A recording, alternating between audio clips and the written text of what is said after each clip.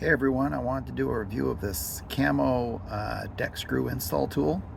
It's fantastic. I love it. Works just as claimed, but there are a couple tips I want to give you, especially if you're installing composite decking like I'm doing. The screws are not your typical screw. They have a sort of blunt tip on the end. There it is. It doesn't have a point. The design is supposed to auger into wood to prevent the wood from splitting, which works great if your board is wood, but if it's composite, it doesn't want to penetrate the wood easily at all. In fact, these boards that I'm using here are an Owens Corning product, and they've actually got fiberglass wrap all the way around it. So getting that screw through that corner is not an easy task for this screw. However, in reading other reviews online, they all recommend pilot drilling the hole, which I am doing 100% of the time. It helps immensely in getting that screw started. And the other thing I want to mention is drilling that hole. Yes, they do give you a drill, a recommended drill. However, I didn't like the way it fit the hole because the screw wobbled around when I was trying to do the pilot. So I machined myself a brass bushing, if you will, and it fits the OD here, fits the hole where the screw goes in here.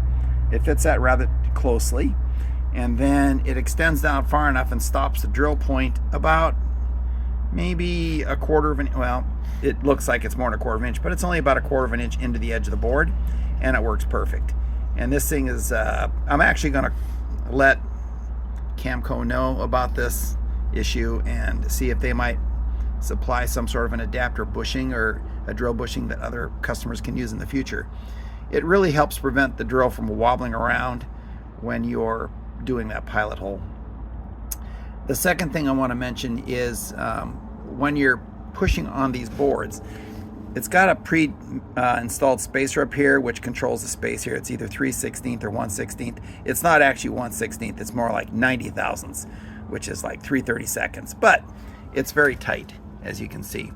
And what's really important is, especially if you're doing composite boards, always put in the back screw first and then put in the front screw, because you want to be pushing on the back of this thing to push that board up tight against that other board to maintain your space. If you do that on every board, I have put on 15 boards and it's just rock solid, spacing's fine, nothing gets out of square. I never have to readjust the boards in order to make them parallel to the house or parallel to the front anymore. It just works great. So anyway, that was the one thing I would suggest when you're installing these. The other thing is, if you're doing, in my case, I'm putting a roof. See, I've got corrugated sheet metal down here, and then I've got these plastic gutters over my joists, which provide a hard surface that screw has to go through. These gutters have been put on there to keep water from, going down the joist and instead running onto the corrugation.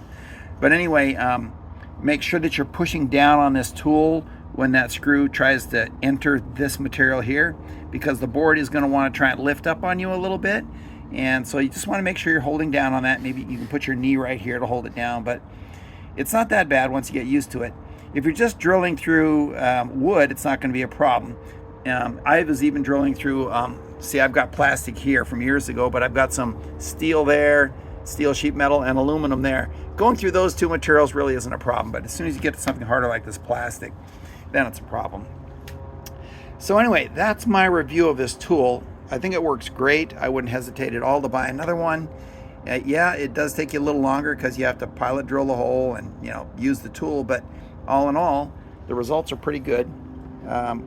You can barely see the hole here, and when you stand up, it's hardly noticeable at all. Unless you're looking for it, you're not going to notice it. I guess the other thing is, if you want to get really picky, the tool, when you look at this tool and you look at the way that the screw goes in, or the way the bit goes in. Hold on. When you look at the way the bit goes in, you see this right here? This right here is the bushing. This is the edge of the drill bit. And as a result, when you push that in, that bit will hit the opposite board that you're locating against. So in this case right here, This groove that you're seeing right here, that is left from the drill bit. What they need to do is modify it, or the driver bit. They need to modify that driver bit so it doesn't cause that little ding. You know, is it that bad? Well, you know, if you get really picky like I am, yeah, it's kind of bothersome. But I mean, again, you stand up and you don't even notice it. You can use your fingernail. Here's another case in point. See here? Here's my locating screw, or my fastening screws here. And here's where the drill bit, or the driver bit, hit when I stuck in the next screw on the adjacent board over here. So if I had a comment about that, it would be to the Camco folks, hey, modify your bit so it doesn't do that. All right, that's my review. Great tool.